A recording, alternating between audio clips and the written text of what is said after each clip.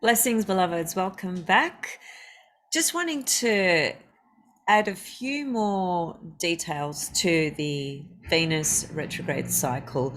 Yesterday, I did a show with Ariel Gutman. I know many of you have seen it, and I hope you guys enjoyed it. It was a wonderful opportunity to sit with Ariel. I always enjoy speaking to what I would consider one of the main pioneers with this work, the Venus star points. And so, upon reflection, given that she and I spent 2 hours, talking about a lot of different things, there were just a few things that we didn't have an opportunity to bring up, and just some of my own kind of reflections as well, further reflections of my own that I think will be useful to bring up today. So, I'm going to try and make this as quick as possible, but there may still be some people that don't quite understand the full mechanics of the Venus star points. And so I just want to outline a few important factors, and particularly the conjunction that Venus picks up with Pluto is actually a really, really important thing. We touched on it yesterday with Ariel, but there's just some other things that I'd like to throw in there that could be of use for you guys to consider. So a couple of things to bring up first. First of all, there's always five sets of two different pentagrams unfolding at the same time. Okay, and the reason for that is because there are five direct positions. That is a Sun Venus conjunction, cazimi conjunction, Venus with the Sun. When they form a cazimi, that is an exact degree and minute. They are just exactly right there together, and so that happens every 9 months. Okay, but every 9 months we have a Sun Venus conjunction. One of them will be what's called the direct motion, so Venus is not retrograde, and the following Sun Venus conjunction will be a retrograde. Because Venus has a 584-day cycle, she goes retrograde every 548 days basically. So if you let me just bring up this this PDF here. So have a look at this, okay? Very simply, at the moment, we are still actually in the Aries Venus star point, which is this line here, okay? It occurred on the 26th of March, 2021. I'll just move that a little bit. At 5 degrees of Aries. And if you look at the last column, you can see the letter D. That's telling us that that was a direct movement of Venus. In other words, she wasn't retrograde. It was a Sun-Venus conjunction, but it was a direct movement. Now, if you have a look at the line underneath that, which is the Venus star point that Ariel and myself were speaking about yesterday, the Capricorn Venus star point, which occurs on January the 8th, 2022, which we are in that frequency at the moment, which is at 18 degrees of Capricorn, you can see the letter R there, which is showing us that this is Venus going retrograde. And if you look at just, these lines here that you see on this PDF, you can see that in sequential order, we have R, D, R, D, R, D. That's showing us that Venus goes retrograde. If you calculate from June 3rd, 2020, for instance, to January 8th, 2022, it's around about 548 days. Okay, so that's that PDF, by the way, you can access from Ariel's website for free. You can just download it and keep it on your desktop or save it on your phone or whatever, and then you're able to just pull that up anytime, and you're in the know-how of every Venus star point that's occurring every 9 months. So one's direct, one's retrograde, one's direct, one's retrograde. That's just a sequential order that doesn't change at all, ever. The other thing about the Venus star points to understand is that they move backwards in the zodiac, right? Just like the moon's nodes move backwards in the zodiac. They have the same order in that way, whereas everything else moves the other direction, right? So it's important to understand that as well. So there are two full stars that are being created over an 8-year period, okay? And that simply occurs because there is a sequence of direct morning, direct retrograde, direct retrograde, direct retrograde, etc., etc. The direct movement, the Sun Venus conjunction, when it is direct, that is actually called the evening star. Okay, the retrograde cycle is when Venus is seen as the morning star. Okay, she's not seen for a while, because when she goes, into her retrograde journey, she actually goes into the underworld. Okay, and I want to talk a little bit about that, because that's really, really significant. So at the moment, we are in the retrograde Venus star points are actually, if we go back from 2018, there's a Scorpio retrograde Venus cycle that we went through. That was at 11 degrees. The star point was at 11 degrees. Then in 2020, we had a Gemini Venus star point retrograde cycle again. That was at 21 degrees. Or rather, the Venus star point was at 13 degrees, but it went retrograde at 21. In 2022, which is what we are basically in now, and it becomes exact January 8th, is the 18th degree of the Venus star point, the Capricorn Venus star point. That's the one that we spoke about yesterday, which I'm going to speak about again in a moment. Then in 2023, we have a Leo retrograde cycle, Venus retrograde cycle. So a Leo VSP, Venus star point. That Venus star point is at 20 degrees. Then in 2025, we have another Aries Venus star point. So think to, let me see, no, it's not on this list. Okay, disregard that comment that I was about to make. So in 2025, there's an Aries Venus star point that is at 2 degrees of Aries. And then in 2026, we have Scorpio again at 8 degrees. So that's one set of stars, and they're all the retrograde ones, right? But I mean, you don't need to even think that far ahead. You can if you're really sort of exploring this subject and really wanting to work with all the Venus star points. The Capricorn Venus star point is the one that we are in right now. It is the one that is activated. Now, Venus entered Capricorn back in November, okay? And because she goes retrograde basically on the 19th or 20th of December, relative to where you are in northern or southern hemisphere, she, because of her retrograde cycle, clearly she's going to spend, a much longer time in the sign of Capricorn. So effectively, she ends up being in the sign of Capricorn for 4 months, because she went in there in November, and she doesn't finish her journey in the sign of Capricorn until March, right? Around about the 6th of March. So that's a really long time for Venus to be in one sign. It literally is a really long time. So that's telling us something very important about the Capricorn archetype. And again, I would bring in its polarity, which is Cancer, that the Capricorn Cancer axis is really, really significant at this time on the Earth relative to Venus on a collective level, and most definitely on our own personal level. And I'll bring up a few things about that in a moment as well. Now, here's the other thing that I wanted to mention, which is highly, highly significant. Let me just see. I've got a few pages here because I've got a few different notes, and I just want to make sure that I cover everything that I wanted to bring up. So the Venus retrograde cycle we're about to step into, which is the Capricorn Venus star point, that began 8 years ago. Okay, so it was actually January 11th, 2014.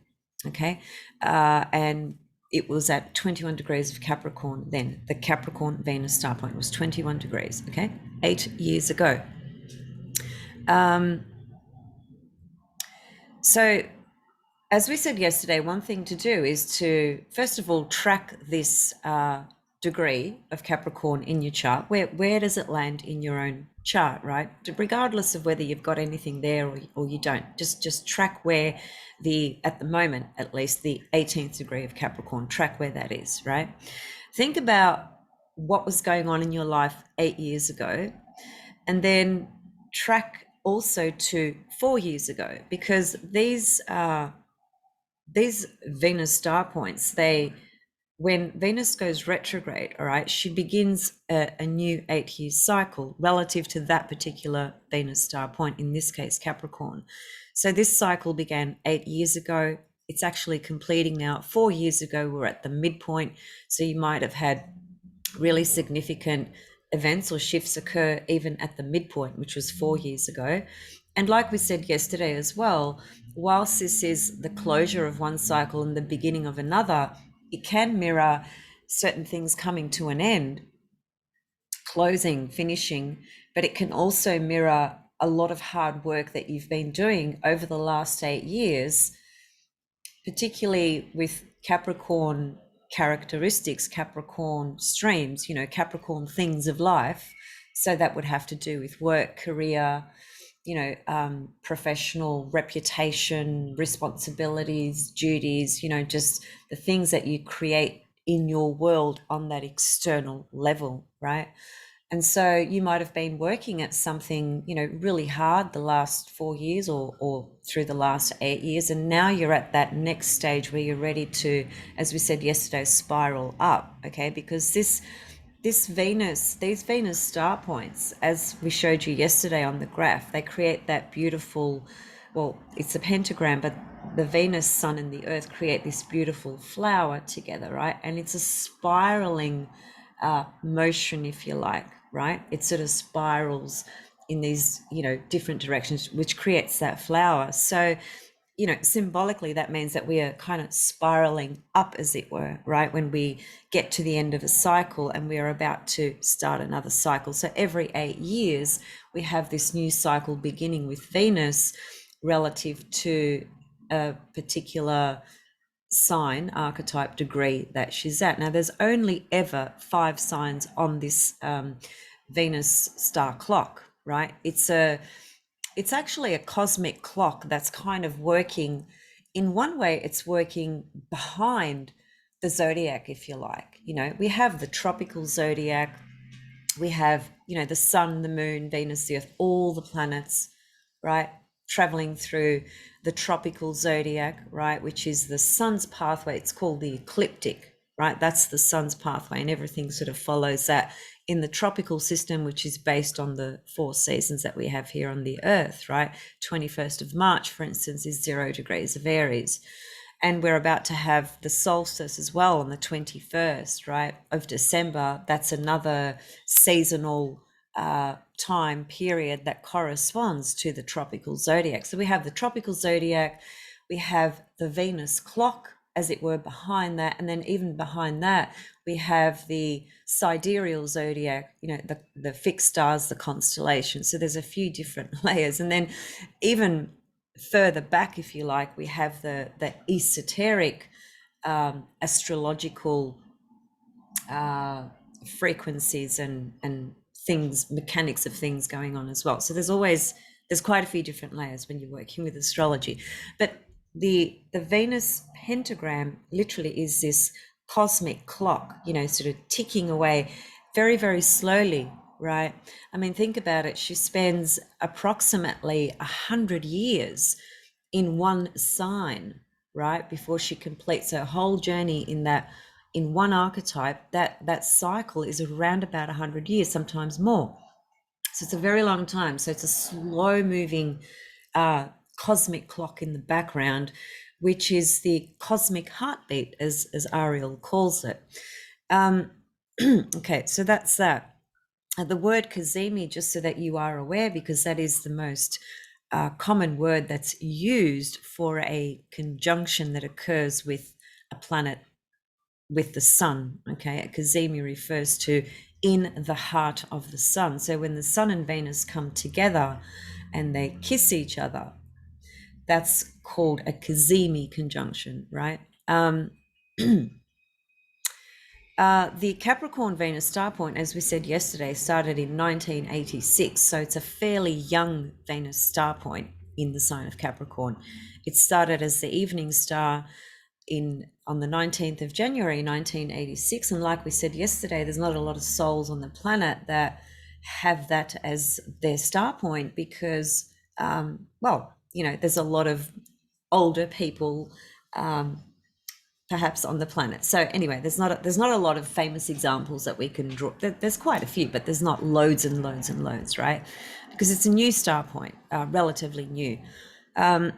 This Capricorn Venus star point ends in 2078, so we've still got a long stream to go with this Capricorn Venus star point. Now, here's a very powerful sort of thing to consider. So, relative to mythology, one of the oldest myths that corresponds to Venus actually is the myth of Innana, the Sumerian goddess. And that myth has quite a few different layers. It's quite complex. There's a lot to sort of, get into with that. So I would encourage you just to Google myth of Innana, and you'll get, there's thousands of articles out there. There's loads. But I'll just give you like a brief summary. So Innana, who's a representation of Venus, had a sister. And so Innana was the queen of heaven, and her sister was like the queen of the underworld, hell, if you like. And so Innana went to her sister and wanted to get into the underworld. And her sister was quite an angry kind of goddess. She had some things going on around loss and grief and betrayal and things like that. And Inanna wanted to go there, and she did. And so when she went there, she had 7 layers of totems, if you like, around her and attached to her, which correspond to the 7 chakras, right, of that we have in the etheric body, actually. And they were like her 7 divine powers, basically, which is really interesting because in old biblical scriptures that have been removed out of the consensus Bible, there was a lot of material that was removed that corresponds to the 7 chakras and our third eye. And so Inanna, who's Venus, goes into the gates of the underworld. She is allowed access, but when she's allowed access, she's asked to remove the 7 sort of totems that represented her divine power, in order for her to go into this world, this underworld. And so this is the symbolic sort of meaning of Venus going retrograde. It's this mythology that really speaks to this journey of Venus going retrograde, because what happens is, as she has to remove every piece of whatever's represented, like she had a particular necklace on, she had like this crown on, she had she just had all these things on that represented the 7 chakras and her 7 divine powers, but she was asked to remove every single one at a particular gate. So she went through 7 gates, okay? And this story is about a shamanic or spiritual journey that we ourselves undergo, particularly when we are working with this consciously and with purpose and intention. Every time Venus goes retrograde, which is every 18 months or so, we have this opportunity to have a really shamanic rebirthing experience with the goddess of love, Aphrodite, Venus, Inanna. Now, when she goes through each gate, there are 7 gates, and she has to remove a particular item. By the end of it, she ends up being completely naked, and she's also killed by her sister as well. But what actually happens is she ends up getting rescued because she left specific instructions to a particular priest or priestess or whatever it was, that if she hadn't returned by a particular time, that something's wrong and somebody would need to come in and rescue her. And eventually that's what happened, right? Even though she was killed and she was hung actually on this sort of hook thing, like a piece of meat, but she, because of the instructions that she'd left to be rescued if anything happened, which she was brought back to life, right? So she was resurrected. She rebirthed herself, if you like, And that is the symbolic sort of story around Venus going retrograde. We undergo this very deep, private sort of journey, and the seven gates of, you know, taking these layers off and relinquishing the divine powers and then being killed, as it were, is we've got to understand metaphors and symbolism. You know, it's not a literal thing, but what it reflects on a symbolic level relative to a shamanic journey that we might choose to go through when Venus goes retrograde, is it's actually about facing our own dark shadow material. That's really what it's about. So let me just see here. It's because we live in a world of duality, and we have all these, you know, we have all these opposites everywhere, you know, night, day, male, female, mother, father, black, white, hot, cold, you know, these are all dualities, right? That exist in this 3D world. So that actually, the world of duality in those specific terms is a very Gemini thing. You know, it's Gemini splits everything up. You know, good, bad. You know, light, dark. You know, good, evil. You know, etc., etc. And so that split and that dual nature of things is what really connects to our own shadow sort of material, you know, the split that may occur within ourselves, because if we identify with something that's pure and good and loving and beautiful, and so what are we doing with the darker components? So we all have the light and shadow within us, you know, we all have the light and dark. We cannot simply just, you know, embrace light and reject the dark, because once we reject it, we just basically project it, right? So it is about integration, embracement, honoring, working through things. And so this Venus retrograde cycle always provides us with this beautiful shamanic and spiritual journey that we can go through, where we can actually work through our own demons, you know, our own shadow material, the things that we deny and suppress and we don't like about ourselves, or we're too scared to look at. This is what this sacred journey is about. So, and the 7 gates as well also correspond to the moon's cycle relative to Venus, as she forms a conjunction with the moon, just as she's getting ready to go into that retrograde cycle. So the moon is very symbolic here as well. So you can track this cycle with the conjunctions that Venus makes to the moon, just, you know, before she's about to go retrograde, for instance. So that's kind of, in summary, the story, if you like. So it does correspond to matters of empathy and release, revenge. You know, it has all those kind of characteristics contained within it. Once you read the whole story, you'll understand, you'll see all of that there. It's about loss and grief as well, because one thing I left out, when Innana was rescued, the agreement was her sister, whose name I struggled to pronounce, Eric Chagall.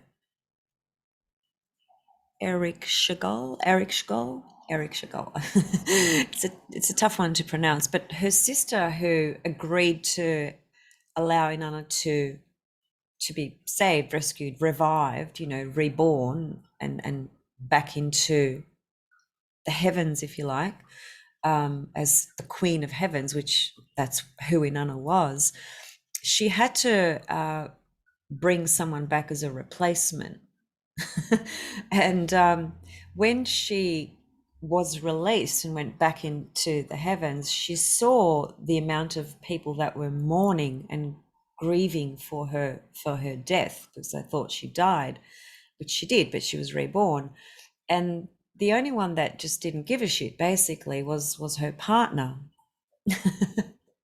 He was just kind of laying back and, you know, sipping wine or whatever it was. And so Inanna was pretty pissed off about that. So she thought, okay, well, you know, you actually didn't you didn't mourn, you didn't grieve, you didn't care that I was gone, you know, that I was killed. So I'm going to send you into hell, buddy. See you later. So that's a very interesting story of revenge, if you like, right? And so, you know, Venus does have this dark side to her. It's just an important thing to kind of realize, you know, and we kind of we don't really think about that when we think about Venus, because Venus is, I mean, Venus in essence is absolutely the cosmic heartbeat, the goddess of love that, you know, radiates our heart center, that smashes through the walls that we built and allows us to open our heart. But all those layers that we've got around that, which could include revenge, you know, pain, anger, resentment, you know, whatever it is that people hold on to. This is all there because of this story as well. And it just reflects different experiences that we go through life. So, you know, when someone betrays us, if someone cheats on us, you know, if there's disloyalty, there's lies, you know, all that darker sort of stuff that does come up frequently in people's relationships, you know, it's it builds these layers around us, if you like, right? And so this retrograde cycle of Venus is that opportunity, right, of the shamanic spiritual journey that we can consciously participate in order to purify and clear, you know, these sorts of shadow things that are connected to experiences we've had, or are connected to denying our own darker, you know, self, if you like, or attributes of ourself, things that we don't like. That's the beauty and the power of this cycle. So that's it in short relative to the myth of Innana. But what's really fascinating at the moment, because let me just bring up just clear that and bring that up there. Okay, so what you can see here is a chart for when Venus is actually stationary, ready to go retrograde, okay? It actually occurs on the 19th of December. She's retrograde, you know, really on the 20th. But the point is that she's stationary, so she's stopped. Stationary means when a planet just stops in its tracks, it's stopping because it's getting ready to change direction, right? Whether that's direct or whether that's retrograde. And that phenomena, by the way, is really just from our perspective here on Earth, because in essence and in truth, no planet actually moves backwards in the zodiac, but that's how we experience it and perceive it from our physical position on the physical Earth plane. And that's not a random accidental thing. That's a very purposeful thing, because the whole meaning and journey to retrograde, for planets to appear to go retrograde from our perspective, is symbolic of the journey of going within and having, you know, revision, reflection,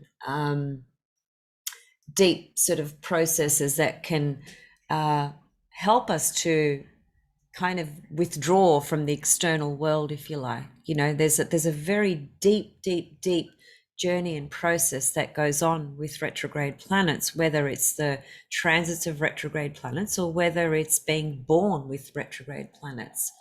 In addition to that, you know, from an evolutionary perspective, when you are born with planets that are retrograde, it literally means, in summary, that you are working with those energies on an internal level and outside of the consensus reality, outside of the status quo, the establishment, right? Okay, so just one final thing, and this is super important. So I've read an article that Nick Dagan Best put together. He's a wonderful astrologer and really great with astronomy.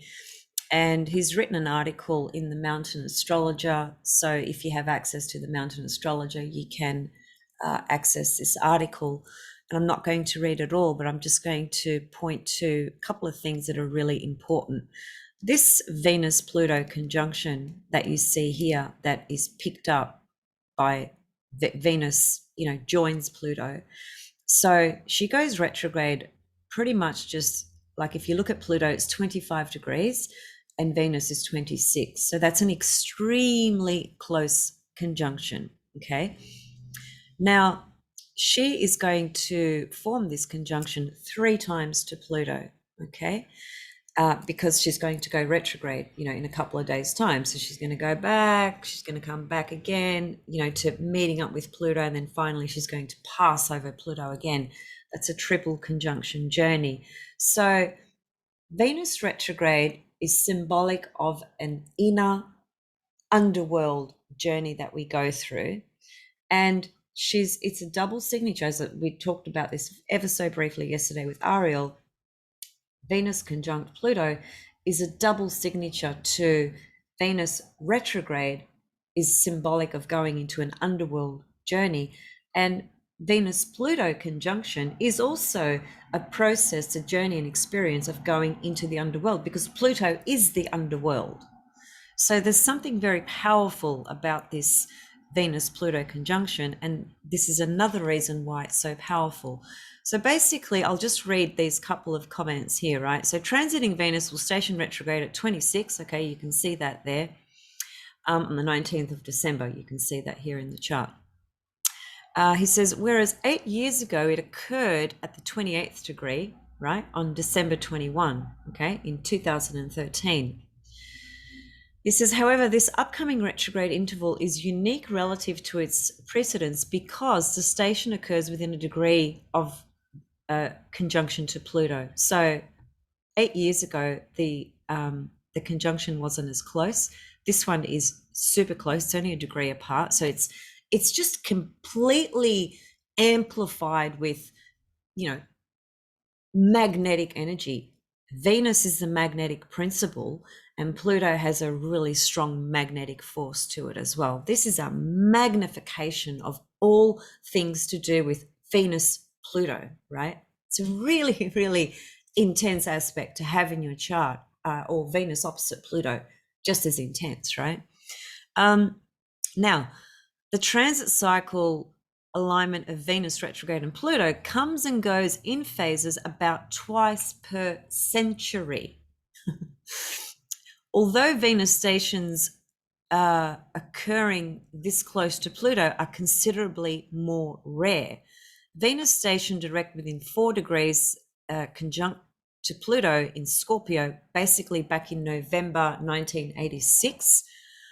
And most other Venus retrograde and direct stations that have occurred close to Pluto have maintained a range of about 4 to 6 degree orb. However, Venus did station retrograde exactly conjunct Pluto in Cancer, July 25th, 1916. That's really, really super, super interesting. Very long time ago. Now, he says, a period in history so grim it makes 2020 look like 2015. In the midst of the First World War, it was a period of particularly horrific military engagements that I hesitate to detail here. Now, this sounds a little bit doom and gloom, and this is more from the collective perspective of what this symbolism of Venus stationing retrograde, forming a conjunction to Pluto, and therefore making a triple conjunction to Pluto, and then becoming the Capricorn Venus star point. This is huge. This is really huge on that collective level. Then he says, the last time Venus stationed retrograde conjunct Pluto in Capricorn was on December 20, 1770. So think about that. We're in 2021. And the last time this configuration occurred, this same configuration that you see here, Pluto, Venus in Capricorn, stationing to go retrograde, conjunct, was 1770. It was a very long time ago. During a slight pause in an impeding outbreak of the bubonic plague in Russia, he says, most likely carried by soldiers returning from war in Turkey, it reached Moscow in late 1770. but was thought to be contained until a cold spell subsided. Soon enough, the disease was killing 800 Muscovites daily. So, he says that Venus represents social consensus because it does on that consensus level. The accepted norms that most citizens can agree on. The Venus retrograde transit occurring once every 19 months for a duration of about 40 to 42 days marks a time when this consensus comes up for review. New standards are set as outdated values are reformed. Behavior that might be taboo for one generation is advocated by the next. Global society leaves 2021 with some understanding of what it means to adopt a new normal. But who can say how anyone might react to the new normal 2022 has in store for us? And that's a really true statement. And so that's what I wanted to share relative to this conjunction from that collective level. It really is a hallmark of a huge turning point in history, right? Huge turning point. And it's already kicked off. I mean, here in the state of Victoria of Australia, where I am, we've had this pandemic bill passed through Parliament, meaning that we are under some laws that really mirror, the 1940s period. That's literally a fact. Again, I've said this before. So, we are under some really harsh, strict laws at the moment, which, really do take away sovereignty and democracy. That's the truth. Will it be permanent?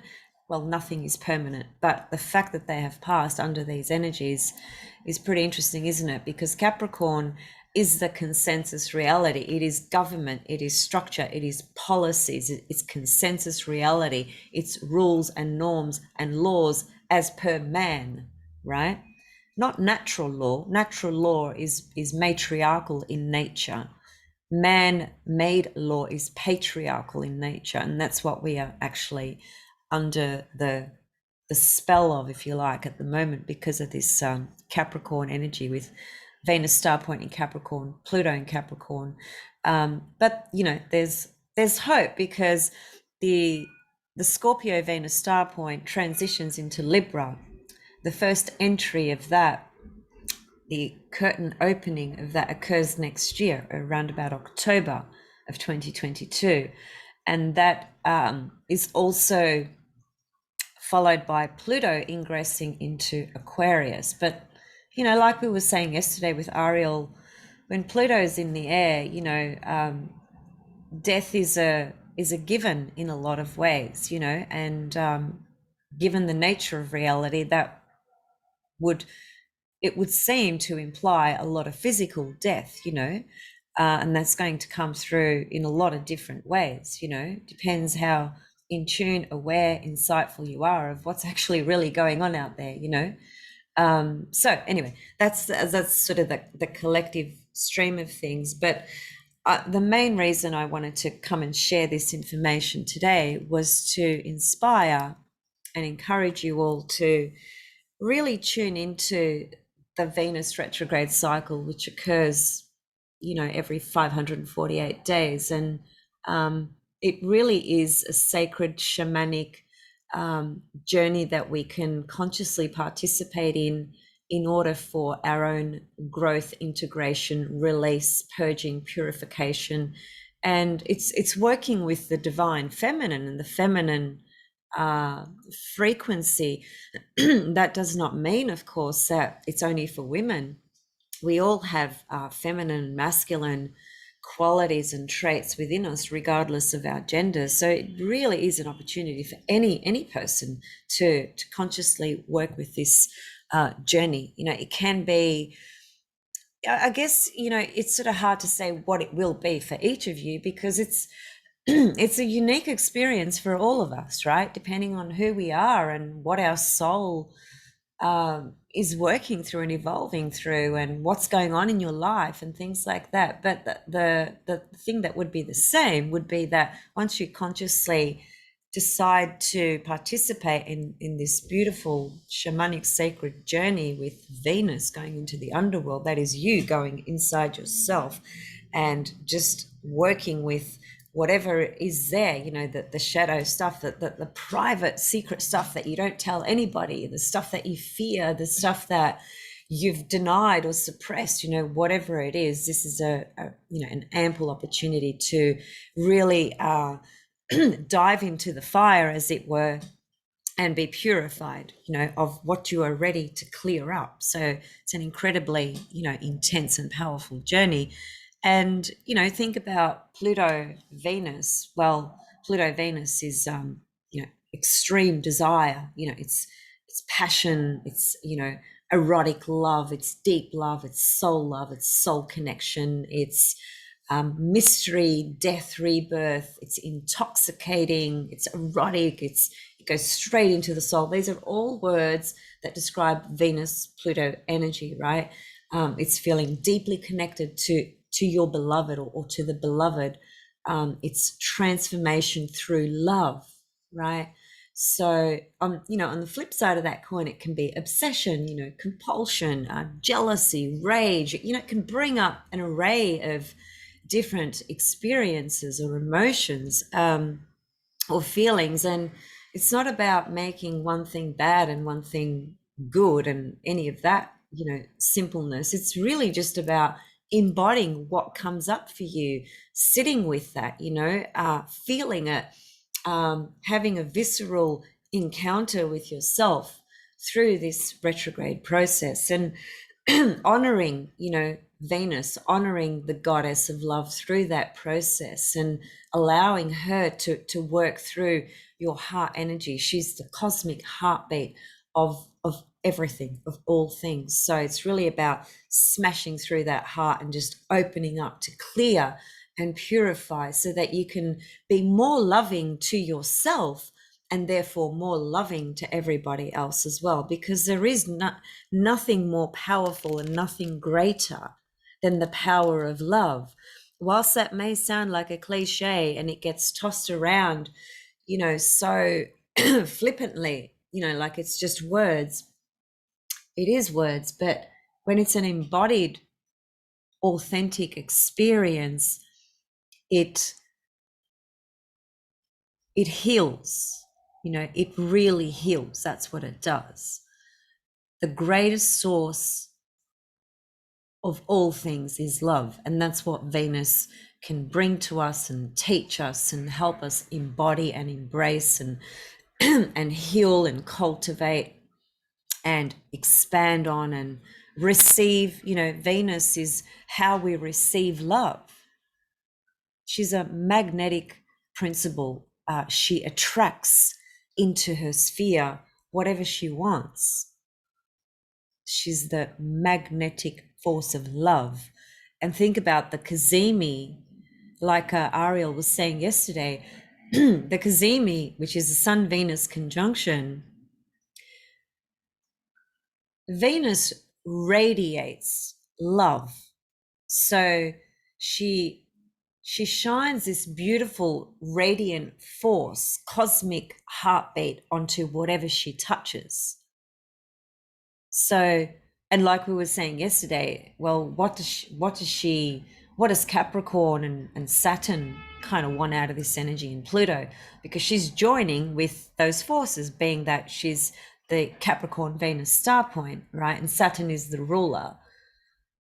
And Pluto is there when she joins up with him just as she's about to go retrograde. So we've got a Saturn-Pluto dynamic playing into Venus, which is so different to those archetypes and those frequencies.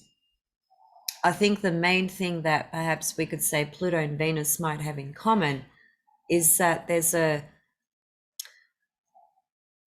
soul love, you know, a soul frequency that a soul heart frequency that really emanates both from Pluto and Venus, but just in very different ways. You know, Pluto will Pluto has the way of repelling, you know, it can repel, but Venus doesn't. Venus attracts, she's the attraction principle, magnetic force, right? So just have a think about, the Saturn Pluto.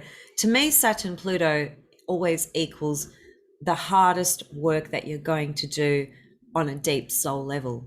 Hard being Saturn, deep soul level being Pluto, and Venus being around love, around your ability to love yourself and others, around the work that you want to do in how you experience relationships, how you've grown in relationships, what you recognize about what you've outgrown. It's really looking at things at a quite a serious level, because Capricorn's a serious sign. Capricorn is it doesn't joke around. It's really serious. And just some other things about Capricorn as well. It is Venus in Capricorn is an incredibly it's very, very sensual, extremely sensual. All the earth signs are extremely sensual. They in fact reflect sensuality, really. Taurus, Virgo, Capricorn, extremely sensual signs. So this has got to do with those components of our private life and world as well. And one thing about Venus in Capricorn, it can be also that it could, let's just say that you had a natal Venus in Capricorn, for instance. There are other examples, but I'll just use this one. It could be that you were born into a family where the whole experience of love and affection, being given that, and the ability to give that back, was heavily quashed, by the parental dynamics. You're born into a family where parents they didn't have that about them. They were really cold or really strict, or just not affectionate, and you had to sort of really kind of grow up very quickly. You felt quite a lot of responsibility on your shoulders from when you were quite young. And it can create these sort of barriers, because it creates these heavy conditions around what's accepted and what's not, around being able to be yourself and express that love and radiate that Venus, cosmic heartbeat energy, right? So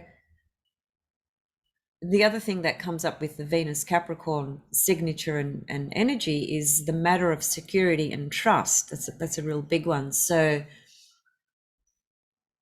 it's really about embracing the polarity, Cancer, which is allowing oneself to feel vulnerable, Cancer, allowing oneself to feel the emotions, Cancer, nurturing the inner world, the heart, the soul, and not being so hard on oneself and thinking that you have to be so successful out there, and you have to be, it's kind of like excluding or doing the Capricorn thing, success thing, climbing the ladder, working really hard, looking for praise, recognition, status, money, respect, admiration, all of that, at the cost of your soul, at the cost of what your soul needs, the inner landscape. And so this polarity is extremely highlighted here with this Venus Capricorn star point. So those are some of the other themes that you could consider, for instance, and take into the shamanic journey, the spiritual journey. If you don't like the word shamanic, replace it with whatever word you want, but just think about it from the point of view of a personal sacred journey that you can go in there with and go through the fires, because you're going to be burnt as it were, and you're going to be reborn, right? So if these sorts of themes around Capricorn, Cancer characteristics and signatures are something that you resonate with, that you know that you could do some work around that, some healing work, some embodiment, things like that, this would be the time to do it during the Venus retrograde cycle. So yeah, okay, I'll leave you guys here and be interested to hear your comments and yeah, thoughts about what I've just shared, and if it's been helpful for you as well, just this additional kind of information. And I'll see you guys very soon with more. There's always more. There's always more, but I've got to get back to some other work now. And sending you all much love, and yeah, love from Venus. Love from the goddess. Cosmic heartbeat love. Just. Just it'd be a great idea to even just kind of have some flowers in your home. I've got these beautiful roses here. They are really long stem roses. They were gifted to me actually in Venus Rules gifts, of course. But you don't have to have those. You can just have one flower, just as an offering to Venus. I would go as far as, just picking even just one flower from the street, from your garden, from wherever, and just kind of, every couple of days replenishing a little vase where you are offering that to Venus. It's an offering. In India, with all the Hindu gods, and goddesses, and a lot of that exists in Eastern sort of philosophies and religions, and it exists in Buddhism and things like that as well. There's always an offering of food, different foods and fruit and flowers, and depending on the deity that you are offering something to. I think it's a really good thing to do, to give some kind of offering, because you are it's I don't know, to me it just means that you are connecting with that deity, that frequency, and you're giving something. Venus is all about giving, by the way. She receives equally, but she's the goddess of giving. She loves to give pleasure and receive pleasure. That's another stream. But yeah, just relative to the retrograde cycle, if you're going to initiate some sort of healing, shamanic, spiritual embodiment, deep embodiment and journey, sacred journey of working with any of these sorts of themes, it would be good for you to offer her something. Just a thought. All right, see you soon. Much love. Thanks for watching. Bye.